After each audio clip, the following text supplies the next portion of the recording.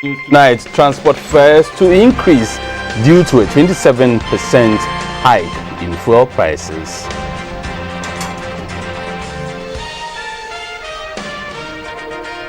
GBC's independent panel that examined concerns related to current voters register submits reports.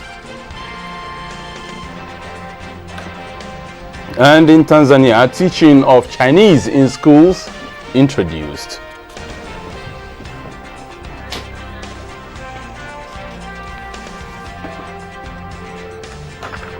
Hello, good evening. It's a pleasure having you for company here on GBC and also on GTV. This is News Hour, and my name is Abdul Hayi Mumin. I am Shirley, and Clement Sam is our sign-up for tonight. We'll begin the news from Accra, where an increase in transport fares this week is imminent following a 27% hike in fuel prices. In Accra on Monday, the vice chairman of the GPRTU, Mr. Robert Saba, said commuters should expect an upward adjustment in fares later this week. He said the new fares will be announced after consultations with partners in the transport industry.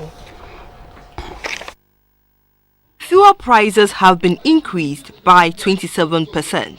The upward adjustment in the price of petroleum products has led to a call by transport operators to convene a meeting to decide whether to review transport fares upward or maintain it. A visit to the Biakoye Highways branch at the New Plant Station revealed that transport fares have not changed. The vice chairman of the Biakoye branch of the GPRTU, Mr. William Ejay, said commercial drivers have been instructed not to increase transport fares until a decision is taken by the leadership of the association. We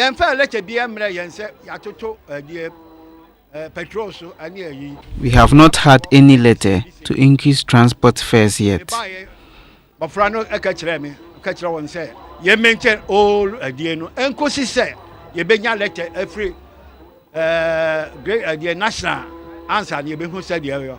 Drivers at the New Plant Station also claimed they are eager to increase their fares as the petroleum price increases eats into their pockets. We are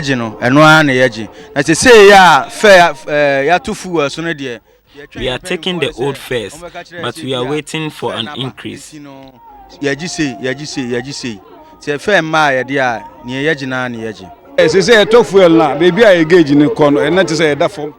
The fuel increment is quite high, and an increase in fares would be okay. Too much.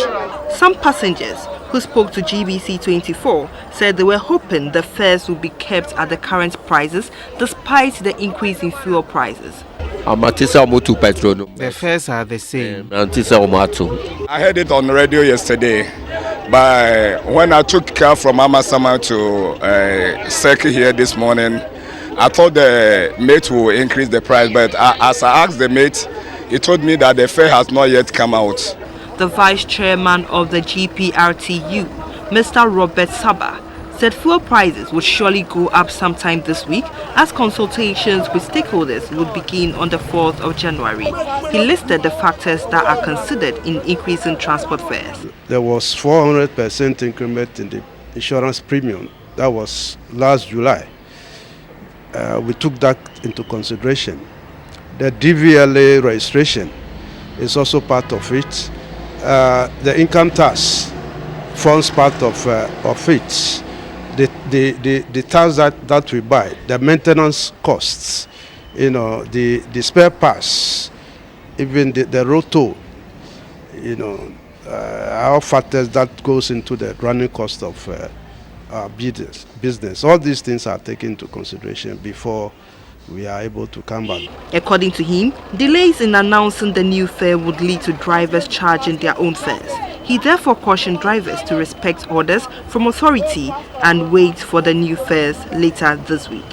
At the office of the Metro Mass Transit, the public relations officer who spoke off camera, Madam Bernice Akologo, revealed that management was also in a meeting to decide on whether prices would be reviewed upward or not.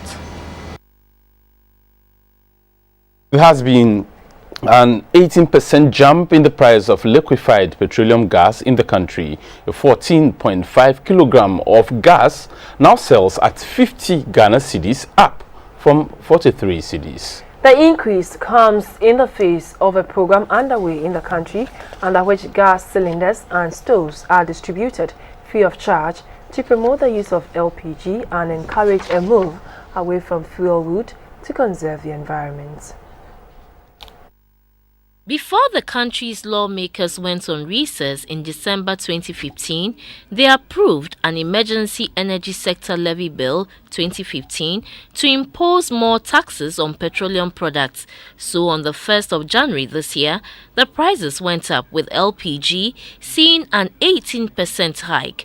In Accra, on the first working day in the new year, GBC 24 has visited some gas filling stations. The 14.5 kilogram cylinder of gas, which was selling at 43 cedis, is now 50 cedis. For 60 kilograms, which sold at 176 Ghana cedis, is now 210 Ghana cedis. The 52 kilogram cylinder, which was 153 cedis, is now 182 cedis.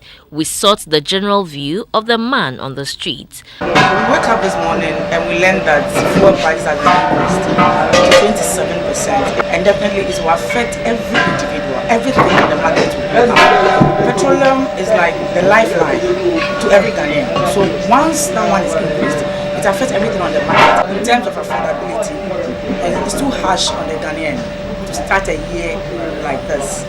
Don't forget that schools are opening just tomorrow. We have schools along the line. They are going to increase transport. How can we create transport to work? And then as the increase fuel and things, you have to increase salary. You see, go with salaries. Right now, I can't use the old salaries to enjoy this increment. Although we are not okay with the prices, that's why I'm saying the situation demands the economy. So if the economy says As the government tries to wean the rural dweller off the use of firewood, it has introduced the Rural Liquefied Petroleum Gas Program. Under this, it is distributing free cylinders and cook stoves to beneficiaries in low-access areas.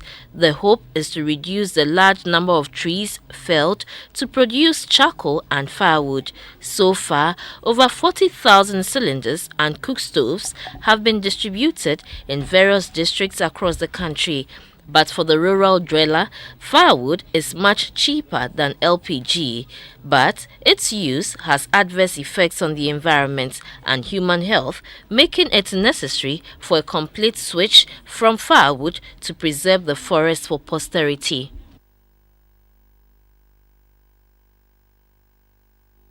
In other news, reaction is mixed to a report presented by the independent panel put together by the Electoral Commission regarding the current voters register. Per the report, the Electoral Commission is to audit the current register rather than compile a new one, as earlier suggested by the leading opposition party, the NPP. The flag bearers of both the Progressive People's Party and the People's National Convention disagree with the report. For them, to conduct an election acceptable to all sections of society, it rolls on the Electoral Commission to put together a new and credible register acceptable to all. Dr. Parkwesi Sindum and Dr. Edward Mahama said their parties would study the report and decide on the next line of action. They were speaking in an exclusive interview with GBC 24. I'm not surprised to hear this from the Electoral Commission, because the Electoral Commission has not been responsive to suggestions for change. Because, you know, in Ghana there is such a thing as a National Identification Act. Okay, there is an Act of Parliament that set them up. The Act of Parliament also gave them, and only them, the right, the authority, the responsibility to determine who is Ghanaian and who is not Ghanaian. If somebody drags someone from a polling station and says you are Nigerian or you are Gambian or whatever, the Electoral Commission does not have standing in law to decide whether that person is a Ghanaian or not. Look, there are banks in this country, there are organizations in this country that go around registering people by biometric means. doing all sorts of things, and they're able to do them in a few weeks. A few weeks. All right? If we resource the National Identification Authority and let them do their work and let them do it well, we can solve this problem even this year before this November election.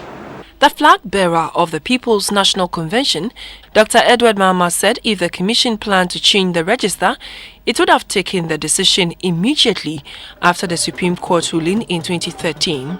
The EC has given me an opportunity to say this is what I'm talking about in my campaign theme, which is new beginnings, new deal, new force. If the EC had been very, very responsive, as I expect our institutions to be, they wouldn't have to have an argument started about the voters register to do one, because all throughout we have complained that it is bloated. Now my concern is that if we go into this election, some people rejecting the register, some people accepting it, already we have set ourselves for an argument which we could have avoided. GBC 24 also sampled views of the man on the streets. I think we still need a new register because other parties too are involved. If in case they lose, they might decide not to accept the results. Everybody's trying a new register. Right now, if you walk in and say you want a new register, people will even come in more. Start a register, but you say you and I BBC the people not the IRA, let me tell you news. No, say one the one dance said apart if I for share register. This also my if you never got to aba. Now go say okronfo be wia wa de na wo see you. Minim renti on fa ma de no nko a. Wo ba ba no TV no sense sense ho bi o de ko. Ni say huhia de a onye na nyina anya asombi e wo man no. Se na be ya bato no e be koso. Ya tu wie na se wa ba wini no wini.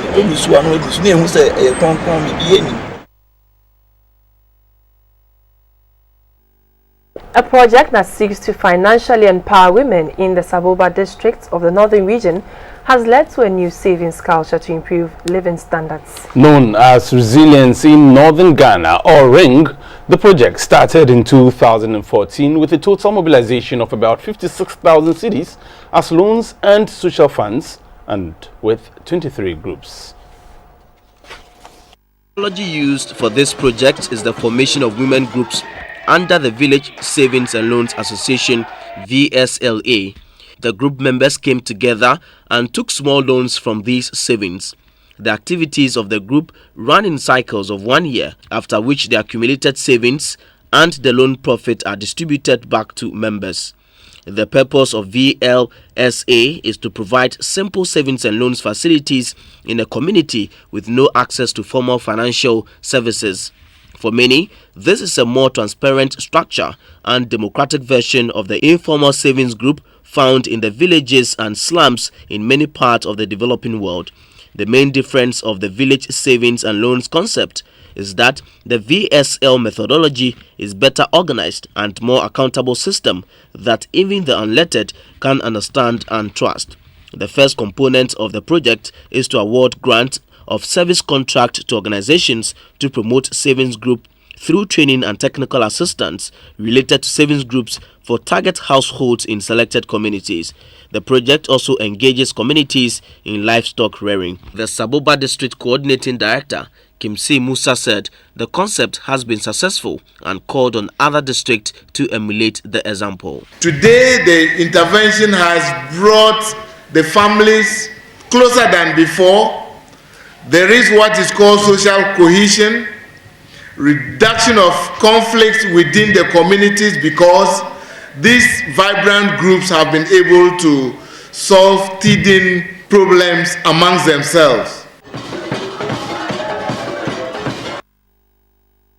For the Interior has voiced concerns over the incidents of crime, especially armed robbery and the snatching of vehicles in the country. Addressing a meeting on empowering the youth through education, Mr. Mako Yongo said the government is stepping up efforts to deal with these security problems.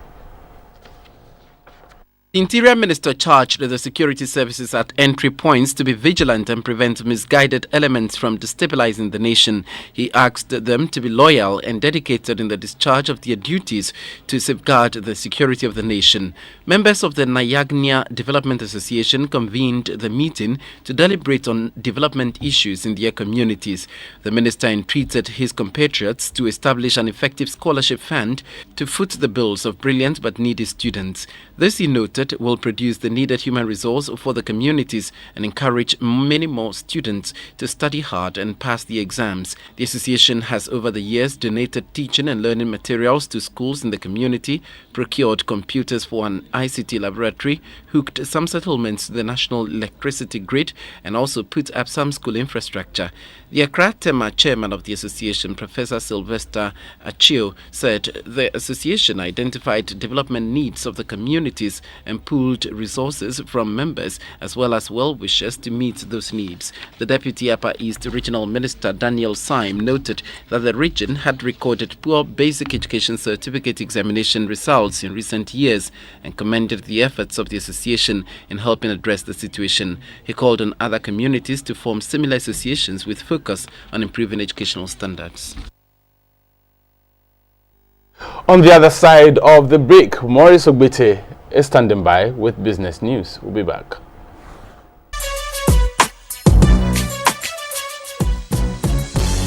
Hello again, the first Monday of 2016. We'll run by you the latest from the world of business. My name is Maurice Ogbete. Now, the latest increase in prices of petroleum products has seen a gallon of the commodity, which used to sell at about 12 Ghana cedis a gallon, now moving up by 15 or up to 15 Ghana cedis per gallon. The move is occasioned by the passage of the energy sector levy by Parliament last month, which took off on the 4th of January 2016. Three of the leading export commodities in Ghana are cocoa, gold and oil. However, prices of these commodities have decreased over the last couple of years. The hardest hit is gold, followed by oil. Last year, Ghana lost about $2 billion to the slump witnessed on the oil market. At the moment, a barrel of oil is hovering around $37. To offset the loss being experienced on the market, the government introduced the Energy Sector Levy (ESL) by Parliament last month, which took effect on the 4th of January this year. A visit to some fuel stations in Accra showed that there has been a corresponding increase at the pump. A gallon of petrol at Goil is going for 15 cedis 59 pesos and diesel is trading at 14 cedis 76 pesos. On the other hand, Total is selling petrol at 15 cedis 74 pesos a gallon, with diesel going for 14 cedis 97 pesos a gallon. The manager of the Goil filling station at Nima, Mr. Samuel Pripra, says business is going on normal, though the price of the product had increased. Today is the first day, so we cannot determine whether it's getting impact or not. To these taxi drivers at the Pig Farm branch of the GPRTU, any hike in price of petroleum products slows down their business because passengers find their services expensive. The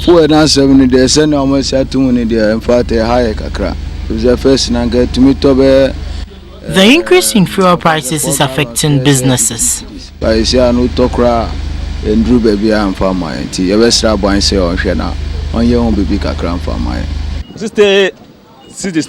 buy 60 cedis each day, but today I have to buy 80 cedis, and this is really affecting business. It's too much for many fuel station owners. But for the introduction of the new levy, with the stability on the forex market, coupled with decrease in the price of crude oil to about $37 a barrel, the price of diesel would have been reduced by 10%. However, petrol would have been reduced by some 5.5% per litre at the pumps, but the 27% levy has rather triggered an increase. Now, some good news for pensioners. The Social Security and National Insurance Trust SNIT has increased the monthly pension by 20% for 2015. Now, this means that current pensioners on SNIT pension as at December 2015 will have their pensions increased by a fixed rate of 12 Ghana cedis plus an additional flat rate of 12 Ghana cedis 39.2 cedis per pensioner. Now, the world of business is almost sitting on the virtual market platform, but businesses in Africa, including Ghana, are yet to take full advantage of the opportunities provided by this market. In such a market, buyers and sellers do not meet or interact physically. Instead, the transaction is done through the internet. No one can underestimate the impact mobile phones have had on the continent of Africa. In terms of numbers, Africa is lagging behind in the digital drive compared with other continents, but the progress made so far in the last decade on the continent can be described as phenomenal. Kenya sits on top of the global market when it comes to the use of mobile phones rendering financial services. Ghana entered into the market not quite long, that was in 2009, but some strides have been made. Out of the 25 million population, 10 million are hooked onto the mobile money transfer service. Analysts point to the surge of mobile money transfer businesses in Ghana to smartphones and aggressive marketing strategies deployed by telecommunication companies. Another area that Ghana is yet to be fully represented is a virtual market. Here, buyers and sellers do business via the internet. Mention can be made of global giants like Amazon, eBay, Alibaba, among others, who have provided a platform for several companies to do business. In Ghana, Tonaton and OLX are also trying to help in this direction, but there's more to be done. There are some companies that have stepped up their game on the social media platforms, marketing their goods and services. The corporate services executive of MTN, Cynthia Lumo, says it is good to have a physical location to do business, but it's better for small and medium-scale enterprises in Ghana to move onto the virtual market. Instead of selling our wares at a location, a physical location, we can set up a website and put, photographs of our wares on that website and ensure that we've broadened the client base. But what are the reasons behind the reluctance of some Ghanaian businesses from switching from the physical location to the virtual market? I think that it might be a reason of needing education on it, as well as complacency. And then fundamentally, a lot of us are resistant to change. And so if we've been doing things a certain way for a long time, it's difficult for us to imagine that if we tried it another way, we could, actually improve our business. Ghana's earnings from non-traditional export in 2014 were about $2 billion. There are plans by the Ghana Export Promotion Authority to scale up the earnings from non-traditional sources to about $5 billion by 2017. However, some of these national goals can be realized if there's a concerted effort by the state on one hand and the telecommunications companies and the SMEs on the other to sit together to devise an aggressive strategy to ensure that Ghana becomes an active player in the virtual market like India. Edward Nyakun, reporting for GBC 24. And still in business, Nigeria's economy is set to face difficult days in 2016 as oil prices continue to fall on the international market. Analysts say the shocks will be severe this year as the International Monetary Fund projects that oil prices will drop to as low as $20 per barrel. For a country that generates 90% of revenue from the sale of the black gold, a drastic fall in prices spells doom for the economy. Most African countries, including Nigeria, are commodity-driven and therefore bear the brunt whenever there is a slowdown in prices of these commodities. In the 2015 budget, Nigeria estimated oil prices will hover around $78 per barrel. The steep decline in oil prices had forced government to review oil price estimate for 2016 to $53 per barrel.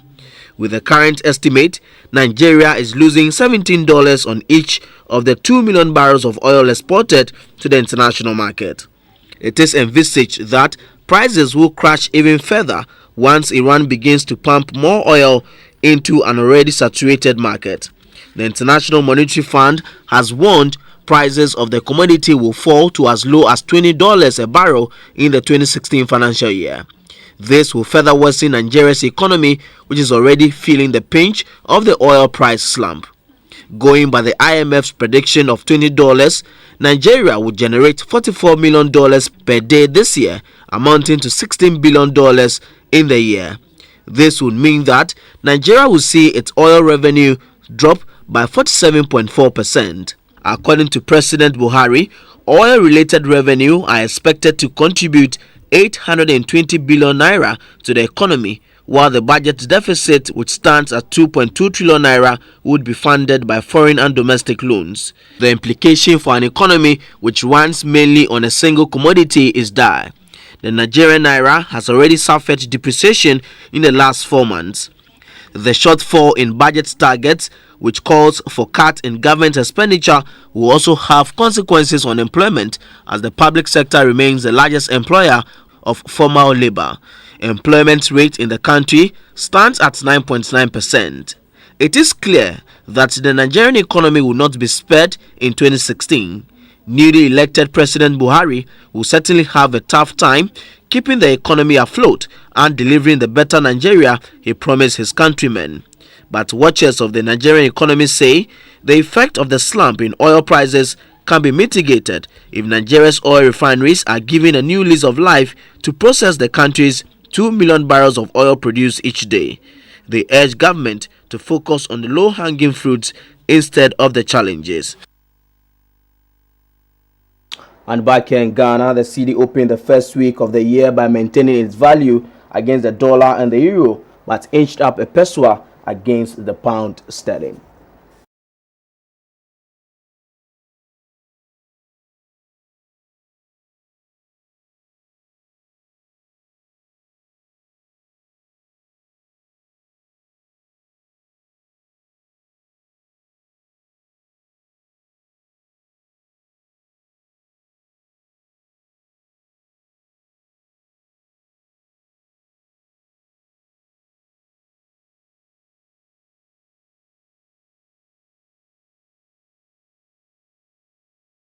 Bring you latest price of gold, cocoa and oil on the international commodities market.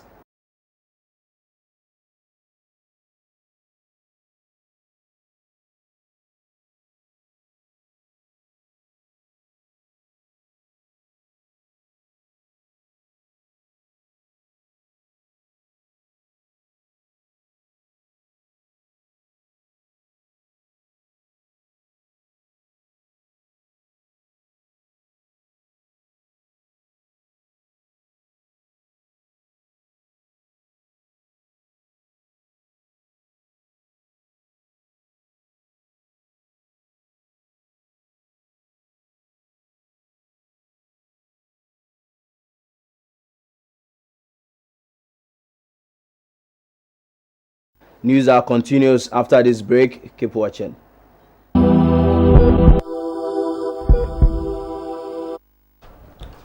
Welcome to the health segment. Malaria is one of the leading causes of child death in Africa. An insecticide-treated net is a net designed to block mosquitoes physically that has been treated with safe residual insecticide for the purpose of killing and repelling mosquitoes which can carry malaria. A long-lasting insecticide-treated net is designed to remain effective for multiple years without retreatment. In Ghana, most people do not use treated mosquito nets in spite of the various campaigns. Mosquito nets treated with insecticides, known as insecticide-treated bed nets, were developed in the 1980s for malaria prevention. It is mainly used for protection against the malaria-transmitting vector Anopheles gambiae. This has shown to reduce malaria and malaria-related deaths in endemic regions. The insecticides that are used for treating bed nets kill mosquitoes as well as other insects. Insecticide-treated nets provide 2 levels of protection. First, it is a mechanical barrier against the bites of malaria-carrying mosquitoes, and secondly, it is a means of killing mosquitoes which come in contact with the insecticide. However, only pyrethroid insecticides are approved for use on insecticide-treated nets. These insecticides have been shown to pose very low health risk to humans and other mammals, but are toxic to insects and kill them even at low doses. Malaria increases the risk of adverse pregnancy outcomes for mothers, the fetuses and newborns. So, the effective use of insecticide-treated nets benefits these vulnerable women. In Ghana, mosquito nets are used by most senior high school students. A visit to one senior high school revealed that despite the several benefits of the mosquito net, it can also come with a lot of complications such as burns on one's face and skin irritation. No, please. But I've heard about people having some complications. When they don't dry it before the first day use, and maybe it rubs against their face, the next day they have some kind of itchy feeling. A burning sensation. That's what I've been told, but I've never experienced it myself. They say the first time they use it, because of the medication, is very effective at that time. So their eyes become red and they have skin rashes on their body too. So when you use it, it doesn't give any heat or any form of complications. It's just cool, like you sleep as normal. Generally, most Ghanaians find it difficult to use mosquito nets, while some are of the view that they feel too hot when they use mosquito nets. Others also say they develop skin irritation if the net is not properly dried.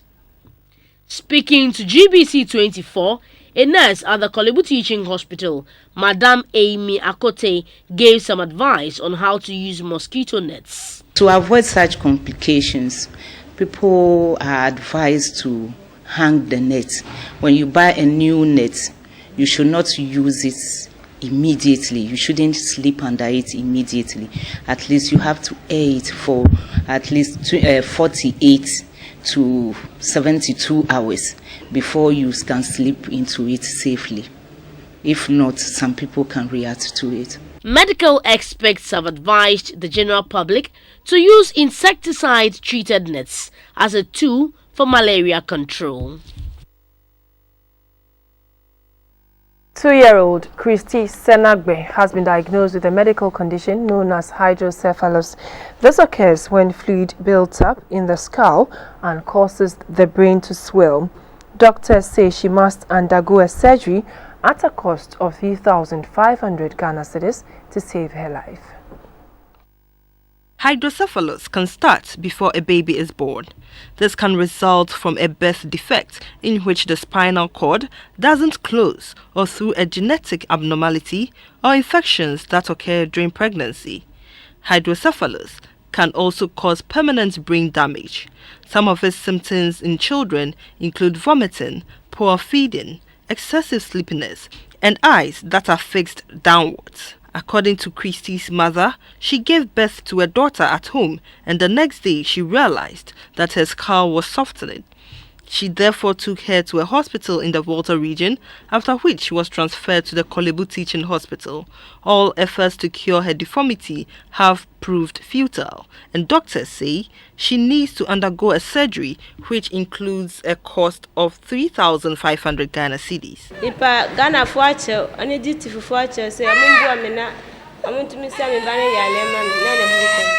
Donations can be sent to the following account details: Holali Podo, Ghana Commercial Bank, Joje, account number 503101004328, or call 026 778 5254 or 026 585 0807.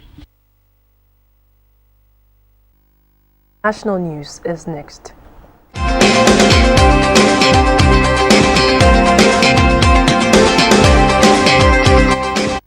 News from other parts of the world will begin from the continent, where Tanzania is introducing the teaching of Chinese in several schools as it strengthens ties with China. The government has identified 6 secondary schools in Dar es Salaam, Dodoma and the eastern city of Morogoro to be part of the pilot project. It said it had already recruited 12 Chinese language teachers. Beijing has financed many infrastructure, aid and development projects in Tanzania.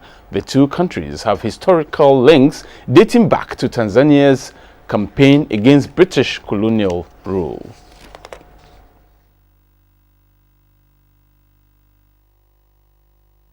And still on the continent of Africa, Zambia will hold presidential and parliamentary elections on August 11 under a new constitution. President Edgar Lungu is expected to assent to the constitutional amendments on Tuesday, ratifying the election date. The elections are expected to be a tight contest between the ruling Patriotic Front Party and the opposition United Party for National Development.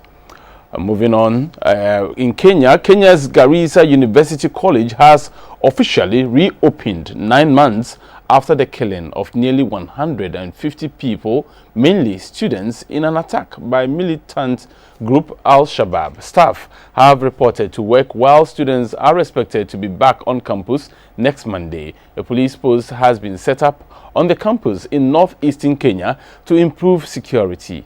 Last year's attack was the deadliest so far by the Somali-based group in Kenya. Following its closure, some 650 students from Garissa University College were offered places at a sister campus in Eldoret, Western Kenya, to continue their studies.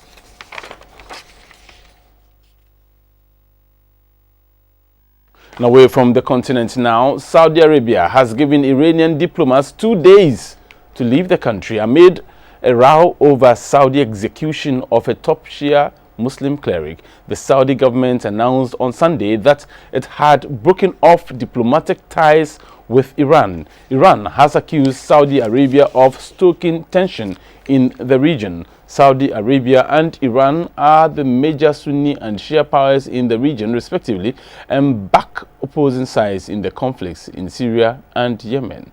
The U.S. has appealed for calm, calling for continued diplomatic engagement. Sheikh Nimr al-Nimr and 46 others were executed on Saturday after being convicted of terror-related offenses.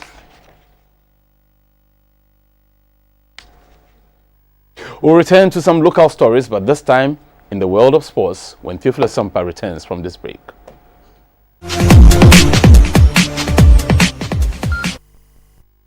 Good evening. Let's update ourselves from happenings in the world of sports. I'm Theophilus Sampa.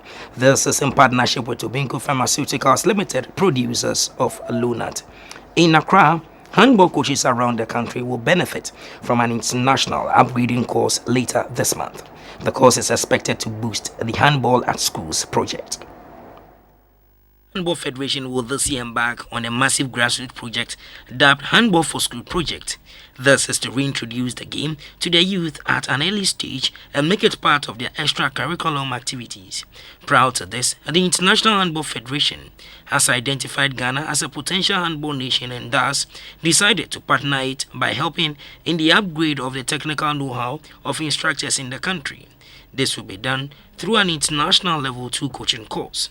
This course is targeted at teachers in the first and second cycle institutions as well as individuals and players who want to sharpen their technical know-how. An expert from the International Handball Federation is expected to take participants through the course. 3 centers have been identified for the training course. They are Accra, Secondary Takrady, and Bolgatanga. The course will start in Accra from the 15th to the 17th of this month, and participants from the Greater Accra, Eastern, and Volta regions will benefit. The course instructor will then move to Secondary Takrady to share his knowledge with participants from the Western, Central, Ashanti, and Brona-Hafo region. The last destination will be in Bolgatanga, where participants from the Northern, Upper East, and Upper West regions will take their turn. Certificates will be presented to participants who excel at the end of the course. The General Secretary of the Ghana Handball Federation, Mr. Charles Amofa, says prospective participants should register with their physical education coordinators or the regional sports directors. Still in Accra, an executive committee member of the GFA, Mr. Albert Comey, says the 2015-2016 Premier League season will start in February, barring any last-minute change. Mr. Comey doubles as the chief executive officer of Aduana Stars, says Aduana will be ready for the new season. The Ghana Premier League has been on break since 13th September 2015. There is uncertainty over the start of the 2015-2016 campaign due to pending court cases which has hindered PLB and the Ghana Football Association from announcing the date for the new season to start. The effect of the delayed league, with its attendant financial difficulties for clubs, has also seen the exodus of some players to other countries. And due to this, pre-season programs by clubs are hanging in a balance, as psychologists at some clubs fear players may be worn out when the league finally starts. An executive committee member of the GFA, Mr. Albert Kombi, says they are working around the clock to get the league running. January, to be honest with you, I would say no. Because if you look at the case, and you look at when even one have to lose and one have to appeal, then maybe I would say that if we are being fair to ourselves, February can be a good start for us. Mr. Kombi, who doubles as the chief executive officer of Aduana Stars, touched on their readiness for the new season. We've done strategic recruitment to enforce the areas that we thought were a bit weaker last season. And we want to present a very solid side this time. Should the new dates be set in February, it is expected to be a huge relief for clubs because they will then step up their preparations a notch higher. There to go into allies, Frederick Yemwa, and again, well, nearly. And finally, the president of the Ghana Football Association, Kwesi Nyantakyi, says the association will offer financial support to clubs representing the country in the CAF inter-clubs competitions. Mr. Nyantakyi revealed that such clubs will receive $30,000 or more.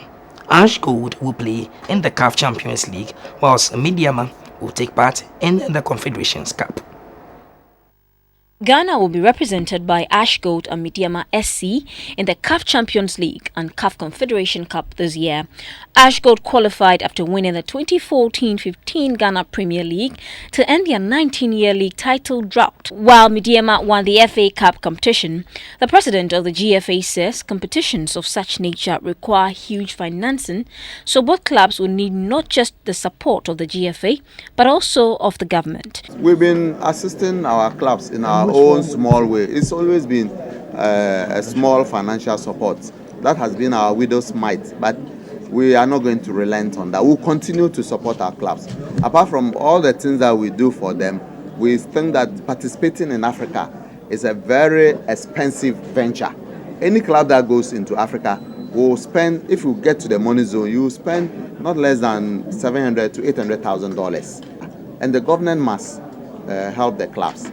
The Miners will kick off their campaign in February between the 12th and 14th February against Algerian side MO Bejaya following CAF's draw last month, while Midiama were drawn a bye. So that's all for sports. Catch up tomorrow morning for more updates.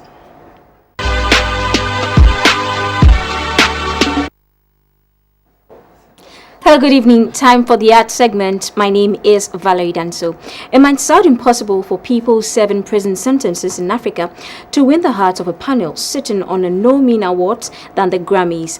And to the prisoners of the Zomba prison inmate band, hearing the news that they had been nominated for the Grammy Awards was like a dream.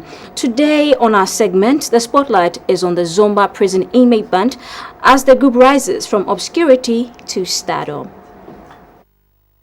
The musicians are prisoners facing several sentences, including life imprisonment. To them, music was one of the means they used to while away time, and one of the songs on their album, I Have No Everything Here, has done the trick. The song was recorded with basic equipment in the prison. When the Grammy nominations were announced, Zomba Prison Project's producer Ian Brennan was shocked to find their name in the world music category. The awards have become extremely celebrity-driven, and ironically, the world category in particular has become so predictable because it's the same names almost every year. So, to see a group of unknown individuals get a nomination makes it that much more of an accomplishment. In addition to international recognition for the music, this project has led to the release of 3 women from the prison, with 3 more cases under review according to the band's Facebook page. While some of the men in the band committed violent crimes and murder, many of the women are held for witchcraft and others for homosexuality, according to Brennan. The 20-song album was recorded in 2013 by visiting American Grammy-winning producer Ian Brennan, who later gave it international exposure. Prison authorities said the band would not attend the award ceremony in Los Angeles in February. Instead, a government representative may go on its behalf, but the band members say, regardless of who represents them, they will win the award. Admiral Matthew Kwashi as the Chief of Defense Staff. Vice Admiral Kwashi has been appointed an ambassador designate. The other appointments are as follows: Chief of Air Staff, Air Commodore Maxwell Manchebite Nagai; Chief of Naval Staff, Commodore Peter Kofi-Fiado; Chief of Staff at the General Headquarters, Brigadier General Samson Kujo Adeti; and Chief of Army Staff, however, remains Major General Richard Kwame Opoku Eduse. And that's how we wrap up the news here on GBC 24 and also on GTV. News tonight is at 10:30. Keep watching.